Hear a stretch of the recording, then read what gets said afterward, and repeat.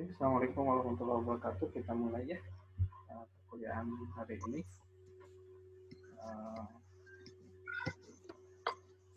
Jadi hari ini kita akan mulai dengan materi yang baru setelah kemarin ya, sebelum PS. Kita sudah membicarakan tentang masalah teknik analisis ya. Kita menggunakan algoritma K-means ya untuk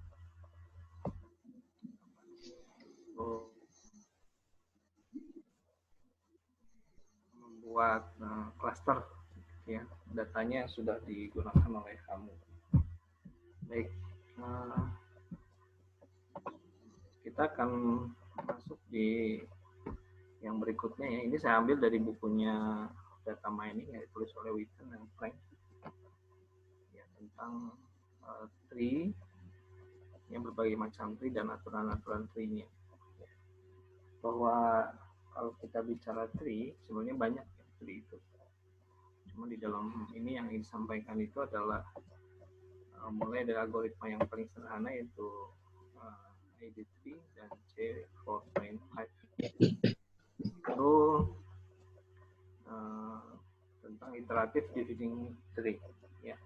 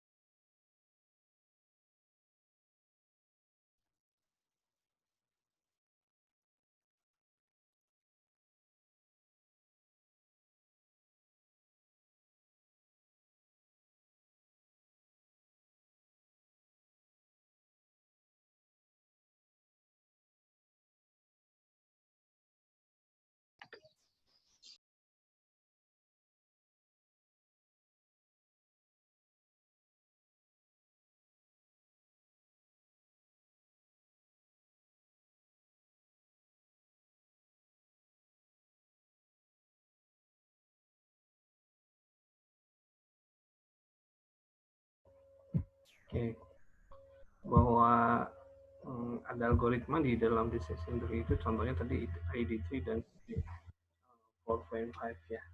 Jadi ID3 sendiri dikembangkan dengan iterative dividing tree ya. Kemudian diperbaiki dengan C4.5. Dia bisa melakukan proses awalnya data kategori, kemudian berubah menjadi numerik. Bukan berubah, yang bisa memproses data numerik. Kemudian di dalam ID3 sendiri ada aturan disebut classification. Bisa menggunakan prism, Reaper, dan part. Algoritma ini juga bisa dilakukan pruning. Tadi pruning itu pemotongan ya, pohon. Kemudian dilakukan juga pada numerik data. Yang berikutnya di dalam rules yang lain yaitu algoritma Gaussian rule. Nanti kita juga akan belajar tentang frequent pattern trees. Oke. Yang pertama decision trees. Decision trees sendiri awal-awalnya dia hanya untuk data kategori ya. Tetapi sekarang perkembangan algoritmanya sudah bisa melakukan proses numerik. Kemudian sudah bisa menangani yang missing value. Jadi kalau misalkan di dalam satu datasetnya itu ada nilai yang kosong, dia masih bisa berjalan. Kemudian bisa bekerja dalam gangguan-gangguan data ya, seperti tadi inkonsistensi, kemudian data-data yang tadi missing values dan segala macamnya, dia bisa bekerja. Ya. Nah, yang berikutnya bahwa dari apa yang dijelaskan di sini, skema dasar dari business entry sendiri itu dia membutuhkan perbaikan ya untuk pemenuhan terhadap suatu kebutuhan dari algoritma itu sendiri. Ya. Jadi memang kalau kita melakukan proses mining terhadap satu dataset, tetap yang harus kita lakukan awal-awalnya itu kemarin yang sudah saya jelaskan pre-processing. Pre-processing itu ya ini adalah kunci utama kita dalam melakukan ya, pemrosesan data mining. Kalau kita tidak melakukan pre-processing, maka ya, datanya nggak begitu bagus atau destinasi dari sistemnya nggak bagus. Nah, proses yang saya sudah sampaikan kan kemarin ada penangkapan missing value, gitu. Kemudian inconsistent data itu bisa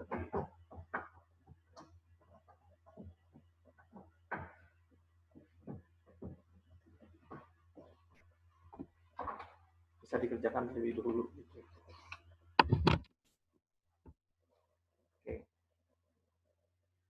Yang selanjutnya bahwa tadi ID dia berkembang yang mengizinkan pemeriksaan terhadap satu atribut numerik. Ya. Kemudian juga dia bisa melakukan ini penanganan terhadap suatu missing value dengan istilah trigger itu trik lah, semacam trik supaya datanya itu atau value-nya itu semua full. Ya. Kemudian untuk stabilan dari data-data yang tadi yang saya katakan data atau inkonsistensi data. Nah, kemudian DLT berkembang ke C4.5. Ini dikembangkan oleh Pliny. Ini perbaikannya lah ya, untuk masalah ID. Kemudian di dalam ID3 dia menggunakan timing split. Ya. Timing split. Mohon maaf Pak. Ya. Mohon maaf Pak. Suara Bapak kurang kedengeran Pak. Ya, sebentar ya. Iya Pak.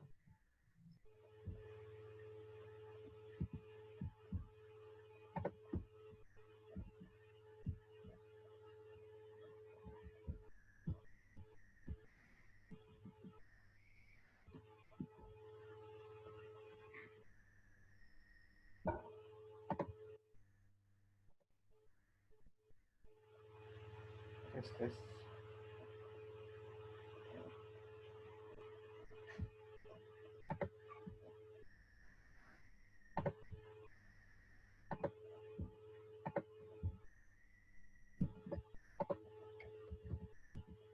Kalau sekarang gimana?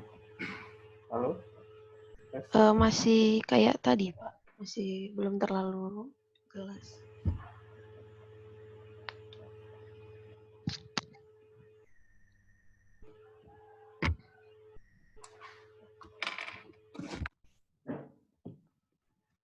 Tes. Kalau sekarang bagaimana? Bagus nggak? Sudah Pak. Sudah. Cukup Pak, terdengar Pak. Oh, udah, oke. Sudah Pak. Baik ya, saya lanjutkan lagi ya. Nah, yang berikutnya tadi bahwa untuk nilai-nilai atribut penanganannya gitu ya.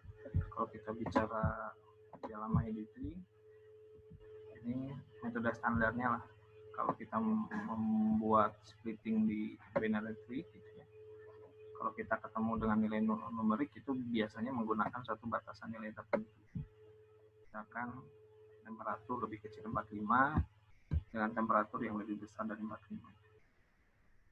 Nah, tidak seperti nominal atribut. Ya, kalau nominal atribut kita bisa memungkinkan banyak possible untuk split point. Gitu ya. Kalau nominal atribut nanti kita lihat data-data yang disebut data nominal atribut.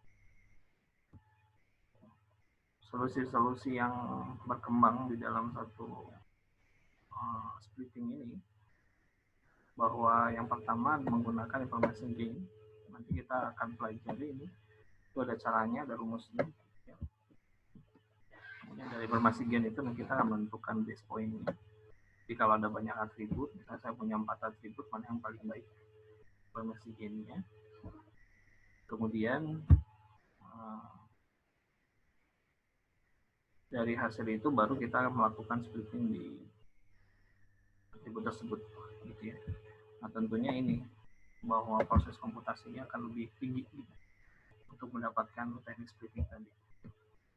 Ini contoh datanya. Kita di sini ada contoh data menggunakan weather data cuaca. Jadi ada beberapa atribut di sini, itu adalah outlook, temperatur, humidity, windy, kemudian windy dan play. Nah, kita tahu kalau data supervised, kalau kita bicara machine learning supervised, itu selalu ada labelisasi datanya atau targetnya ini pasti sudah pasti. Ini ciri khas dari pemrosesan machine learning yang sifatnya supervised. Itu pasti ada targetnya itu nanti sebagai justifikasi dari nilai-nilai pada setiap atribut yang disebut. Nah kalau misalkan kita menggunakan teknik manual biasa gitu, kita bisa juga membuat rule sendiri gitu ya. Ini sebagai contohnya. Kita lihat yang nomor 1, misalkan ini data nomor 1 ini. Rulesnya bisa dibuat seperti ini. Jadi misalkan outlook sunny gitu ya. Kemudian N, humidity, height, dan plano. Itu sebagai contoh. Atau yang kedua, outlook rainy, kemudian windy-nya true, dan play-nya no. Ini kalau kita menggunakan contoh yang ini, ya, yang kedua ini. Nah, jadi kemampuan dari IDT nanti kita akan membentuk yang namanya rule seperti ini. Ya. Nah, ini selanjutnya contoh yang tadi dikatakan numeric value. Jadi sebagian atribut punya numeric value seperti ini. Yang dikatakan tadi berbeda dengan nominal variabel. Nominal variabel itu lebih banyak cara kita melakukan splittingnya, tapi kalau data numerik ini tidak seperti yang tadi. Contohnya kita harus melihat kumpulan data yang ada di sini, nilai terbesar, terkecil, gitu ya. Kita harus lihat dia dipecahnya pada titik berapa. Ya. Contohnya, yang pertama itu adalah ini. Contoh dari data nominal, kemudian ini data numerik atau variabel numerik.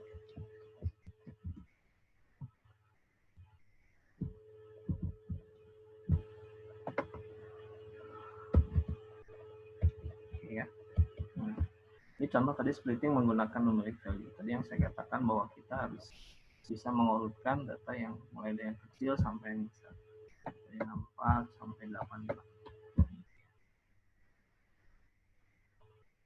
Kemudian yang bawahnya ini adalah targetnya. Misalkan ada nilai 64, targetnya yes, play-nya 65, no, 68, dan seterusnya. Nah, teknik splittingnya bisa menggunakan tadi temperatur misalkan lebih kecil dari 71,5. Di sini di splitting arah yang ke kiri, maka kita akan menemukan bahwa target yes itu jumlahnya ada 4 buah. Kemudian target no jumlahnya ada 2 buah. Jadi kalau kita lihat bahwa untuk temperatur yang kurang dari 1,5 itu ada, tambahkan saja ini, berarti ada 6 instance. Ada 6 instance atau 6 row lah kalau kita bicara di database. Kalau di dalam dataset sebutnya instance. Kemudian temperatur yang di atas 71,5 ini juga sama, berarti arahnya ke kanan. Berarti kita akan cari lagi berapa target yes, berapa target no. Target yes itu 1, 2, 3, 4, 5. Kemudian target no-nya itu ada 3. 1, 2,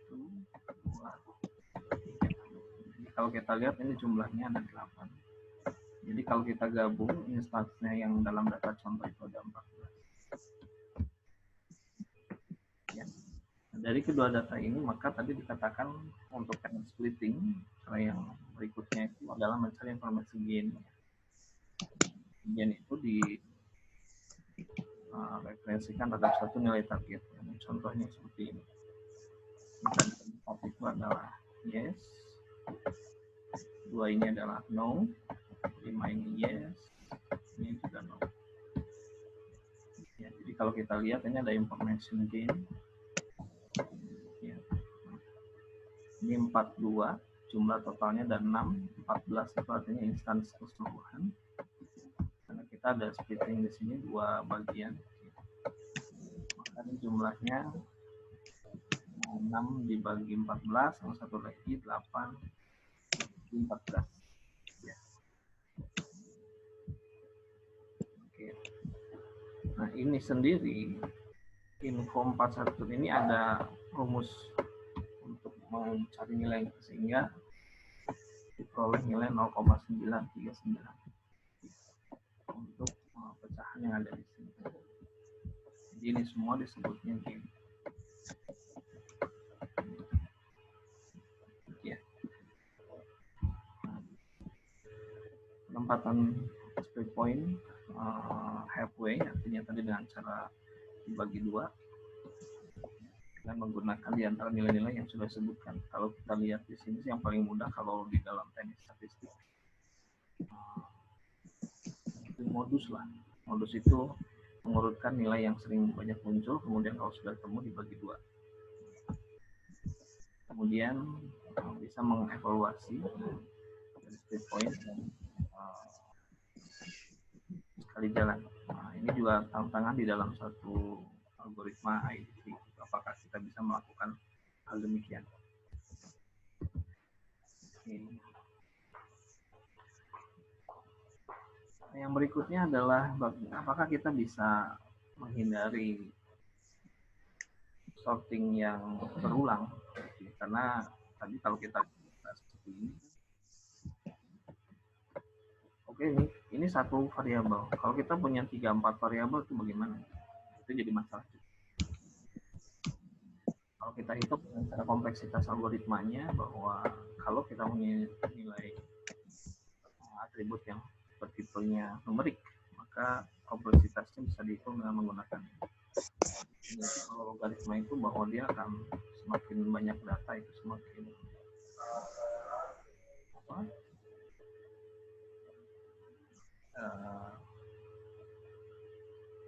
semakin turun lah, kayak segini. Nah, ya. Jadi kalau misalkan n-nya 1000, maka kita bisa hitung 1000 yang dikalikan log 1000.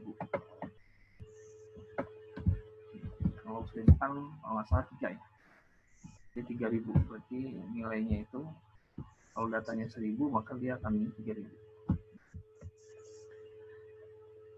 Oke ya. Sebagai contohnya.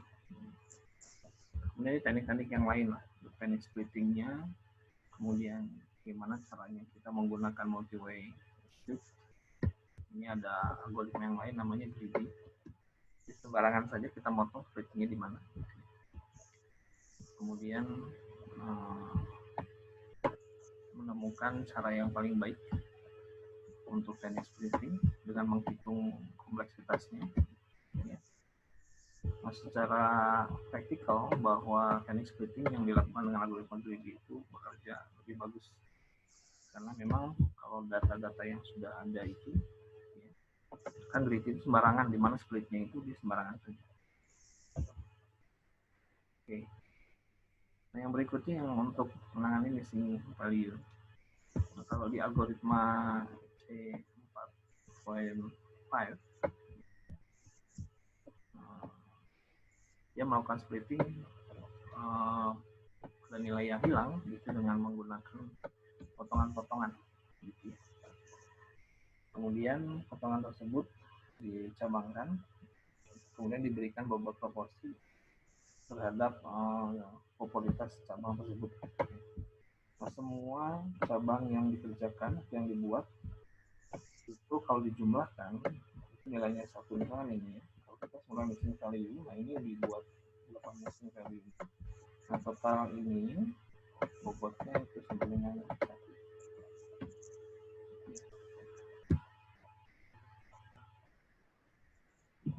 Kalau missing gain sendiri dia bekerja dengan menggunakan pemecahan dari suatu instansinya, tadi itu dari datanya.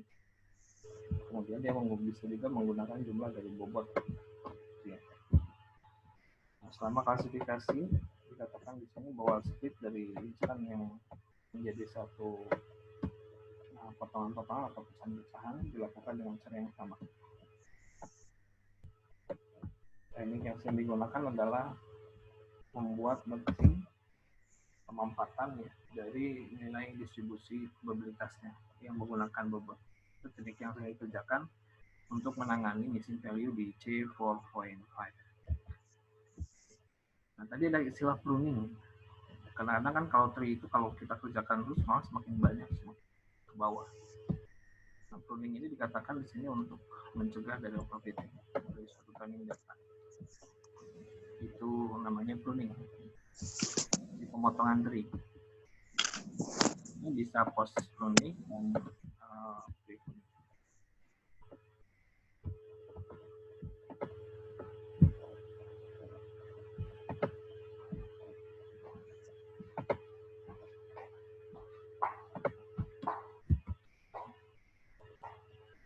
Nah, untuk post pruning sendiri ini lebih dipilih dalam penyelesaian masalah-masalah. Nah, lebih mudah. Artinya itu pemotongan pohon itu setelah dibentuk pohonnya lebih mudah ditentukan pada area mana dia harus dipotong. Itu namanya post pruning. Jadi setelah ketemu baru dia akan tentukan di mana potong. Nah, yang berikutnya pre-pruning. Pre-pruning sendiri dia menggunakan pendekatan signifikansi dari suatu statistik. Dia akan menggunakan menyetop dari pengembangan tree kalau misalkan dari tree-nya tersebut tidak memiliki signifikansi terhadap asosiasi signifikan terhadap suatu statistik.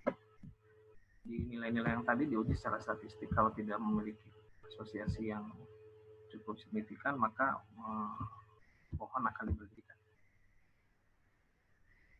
Nah, penggunaan dari signifikansi tersebut dia menggunakan Chi-square test. Ini juga ada persamaan sendiri atau formulasi sendiri untuk menghitung korelasi di antara dua buah variabel atau lebih. Quillian sendiri dia menggunakan classifier random identity, itu adalah Chi-square test yang ditambahkan pada perhitungan informasi gain. Ya.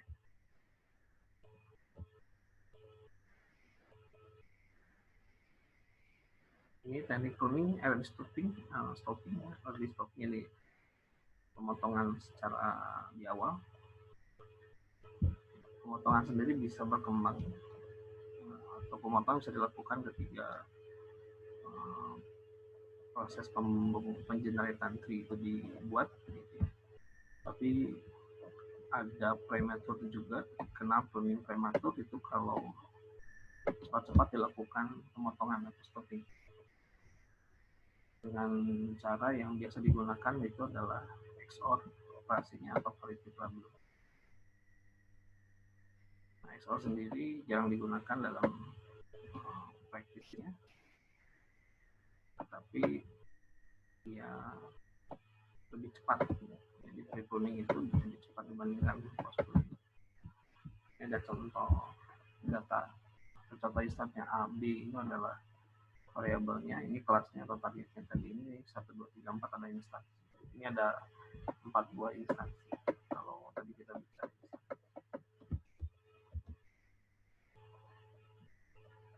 post pruning secara algoritma, kembangkan tree, kemudian lakukan pemotongan. Efeknya ini. Ada kemungkinan subtree yang memiliki pengaruh kuat ya terhadap satu justifikasi itu akan terpotong. Operasi yang saya lakukan itu adalah replacement, subtree erasing. Kemudian strateginya bisa menggunakan error estimasi, significant testing, kemudian dan MBL risiko. Ya. Ini ilustrasi pemotongan tree. Oke. Ilustrasi pemotongan tree ini dengan lakukan bottom up, ini tree yang sudah jadi seperti ini. Ini adalah semua kelasnya atau targetnya. Ini ada 2 cabang, kecil dari 25, awalnya ya, dan lebih besar dari 2,5. Dalam pemotongan tree, gitu ya, dengan subtree replacement, tree yang ada sebelah kiri dari nilai 2,5 itu langsung di pruning, dianggap dengan satu nilai bad. Karena kalau kita lihat kenapa dia simbolkan bad, karena 3 berbanding 1. Dia ada 3 kelas yang bad, 1 kelas yang good, maka diambil disimpulkan dengan menggunakan bad langsung. Nah, untuk yang kanan sendiri dia tetap tidak dilakukan pruning. Oke. Nah, ini subtree dengan cara melakukan delete node, kemudian melakukan distribusi kembali terhadap satu instansi. Dia lebih lambat dibandingkan dari subtree replacement. Ya. Oke. Ini contohnya tadi ini 1, 2, 3, 4, 5 itu adalah targetnya. Nah, dalam subtree erasing dan di node itu akan dinaikkan. Di node B ini artinya ada atribut B itu akan dihilangkan, diganti dengan atribut yang raising. Jadi C-nya sendiri di raise. Raise itu di up ya, ke atas, menggantikan node B. Ini tekniknya seperti ini. Ya, akibatnya kalau dengan teknik ini kita harus melakukan beberapa kali pengecekan terhadap satu variabel untuk memperoleh dari tree yang hasil seperti ini. Ya. Nah, teknik-tekniknya tadi dikatakan ada estimasi error rate. Nah, untuk pruning sendiri dia bisa dilakukan seandainya tidak ada peningkatan terhadap satu estimasi error. Untuk error data timing sendiri dia tidak terlalu useful ya terhadap satu estimatornya. Kemudian satu kemungkinan menggunakan auto set of tadi, hasilnya dinamakan algoritma reduce error pruning. Oke. Nah, ini beberapa ini saya tidak melanjutkan dulu, kita akan membuat satu contoh membangun satu algoritma tree ya. Jadi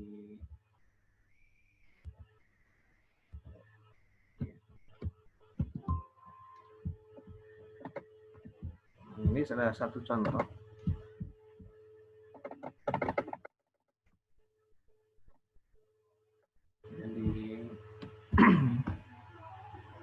ada masalah di sini. Ini ada satu dataset yang akan diputuskan apakah menunggu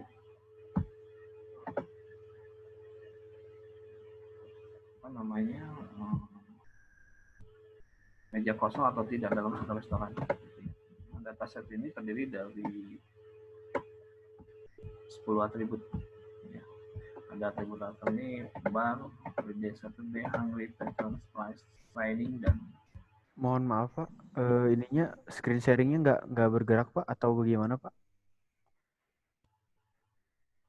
screen sharingnya nggak bergerak. Masih di PPT Pak, classification rules, atau Bapak udah menampilkan yang lain Pak? Saya pindah.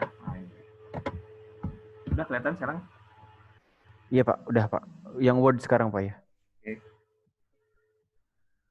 Baik, yang selanjutnya tadi ini contoh ya. Jadi saya punya dataset sederhana lah. Dataset ini diambil dari listener pengunjung dalam satu restoran gitu. Kebetulan listenernya itu ada alternate, bar, day Saturday, hungry, patrons, price, sliding, reservation, type, dan hour estimate. Yang tadi saya sebutkan ini bisa disebutkan sebagai suatu variabel atau field atau kolom atau apalah gitu ya kalau dalam database atau atribut dalam tabel. Ini ceritanya diambil ke customer. Kasusnya adalah customer mau mengunjungi restoran atau tidak. Jawabannya dari 10 variabel ini atau 10 atribut ini kita akan membentuk suatu tree. Mana saja tree yang sangat berpengaruh atau mana saja variabel yang sangat berpengaruh atau atribut yang berpengaruh untuk menentukan justifikasi satu kelasnya. Ya. Jadi dari 10 variabel ini atau 10 atribut ini belum tentu semuanya dipakai dalam satu rule-nya. Ya. Itu belum tentu dipakai dalam semua rule-nya. Nah ini contoh datasetnya.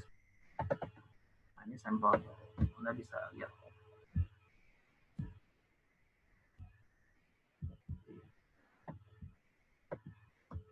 Nah ini contohnya.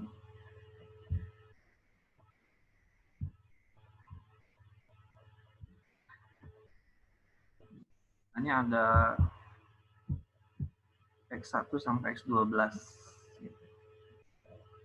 Jadi X1 sampai X12 itu adalah pengunjungnya atau customernya yang ditanyai perihal satu restoran tertentu. Jadi di alternate itu ada dua pilihan. Jadi alternate ada true false nilainya, kemudian bar juga sama true false. Jadi Saturday juga true false, hungry true false. Patterns ini mempunyai 3 buah nilai, itu ada non, some, dan full. Sedangkan price ini juga 3 buah nilai. Jadi ada murah, sedang, mahal gitu ya. Jadi yang simbolnya 3 itu ada mahal, kemudian 2 itu adalah sedang, dan 1 itu murah. Kemudian lain juga sama true false, reservation true false, type itu masakan lah. Itu bisa terdiri dari tipe berbagai macam tipe masakan. Di sini ada French, Thai, Thailand, masakan Thailand, masakan Prancis, masakan Italia.